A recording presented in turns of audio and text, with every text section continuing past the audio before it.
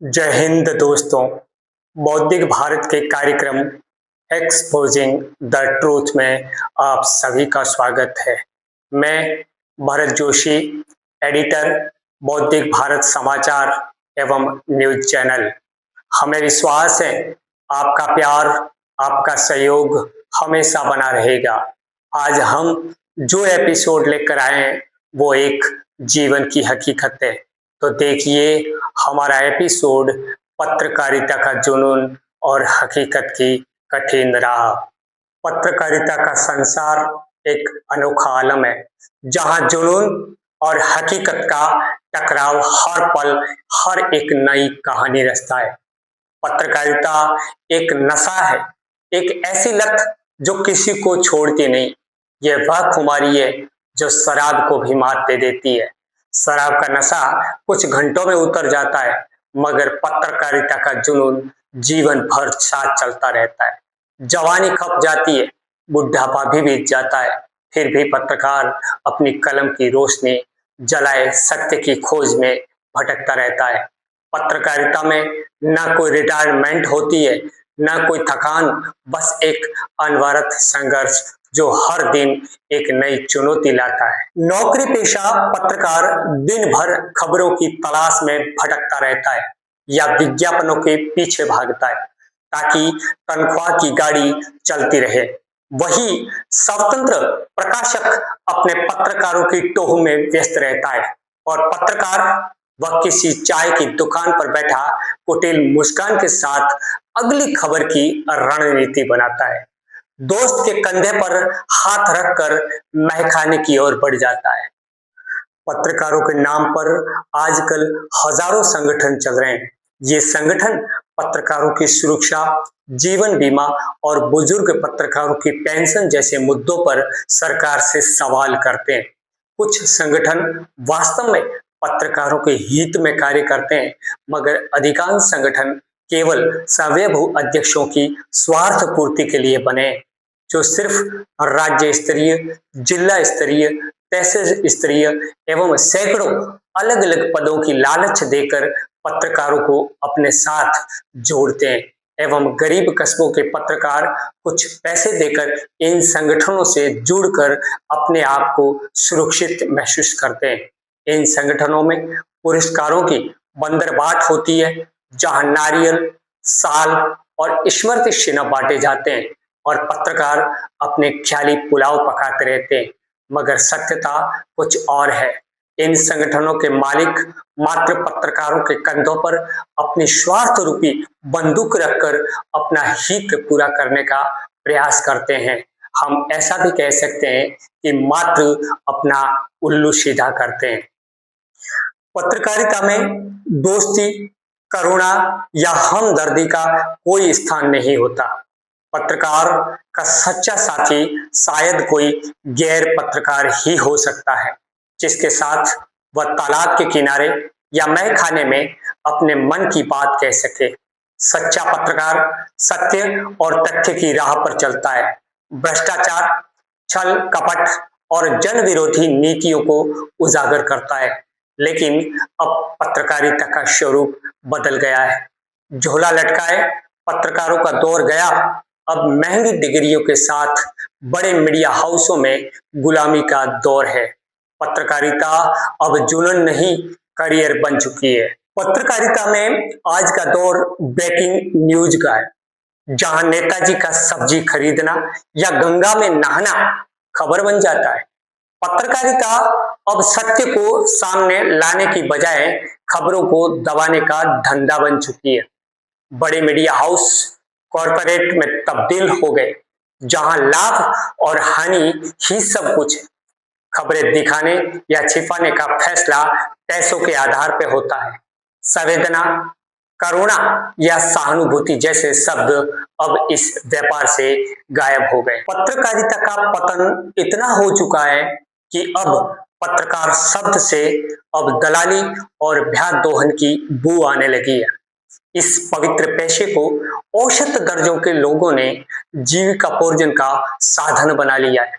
शिक्षक और पत्रकार दोनों ही क्षेत्र अब उन लोगों के हवाले हैं जिनमें न तो गहरा ज्ञान, न लेखन की कला और न ही सामाजिक और राजनीतिक समझ।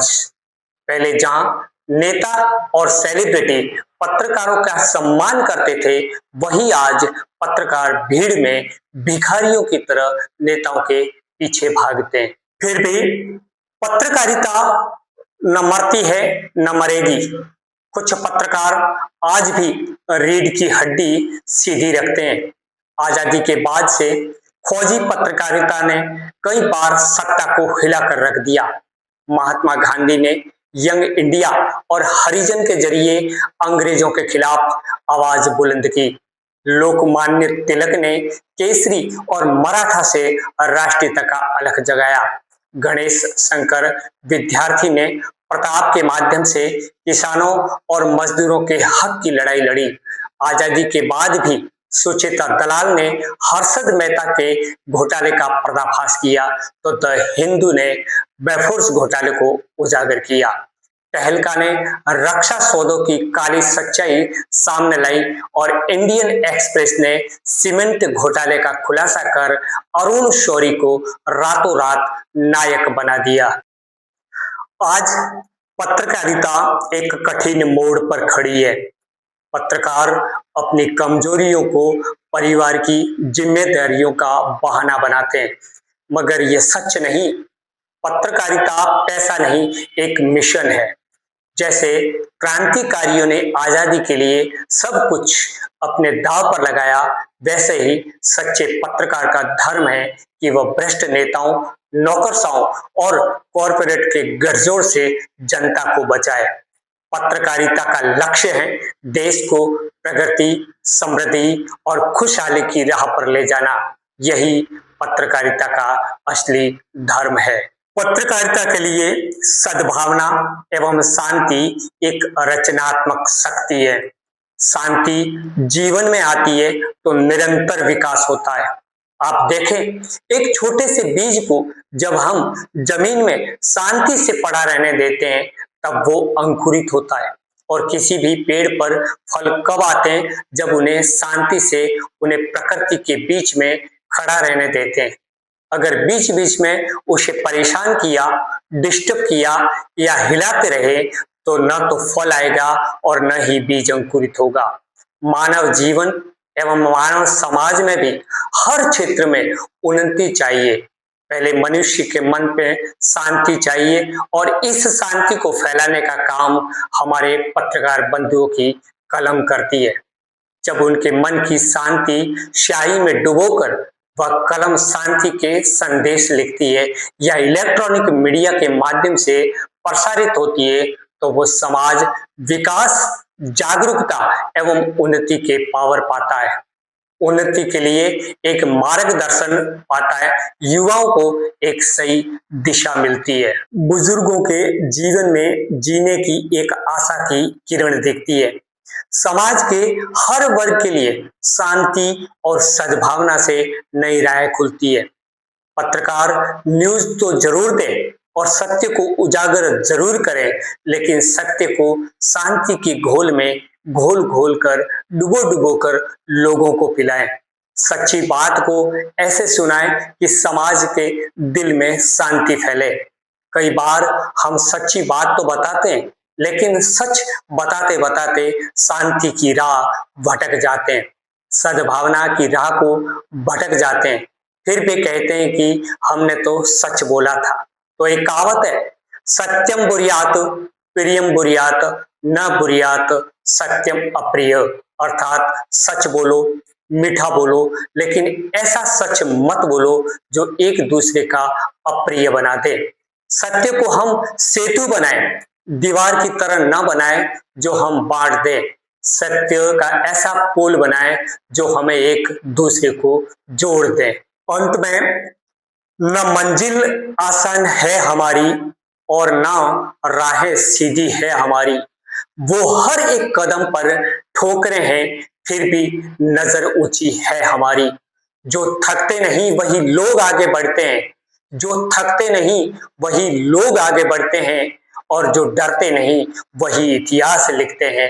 है हार और हताशा तो सिर्फ एक पड़ाव है हमारा, संघर्ष ही एक असली जीवन का चुनाव है हमारा। इसी के साथ मुझे इजाजत दीजिए। जय हिंद, जय भारत।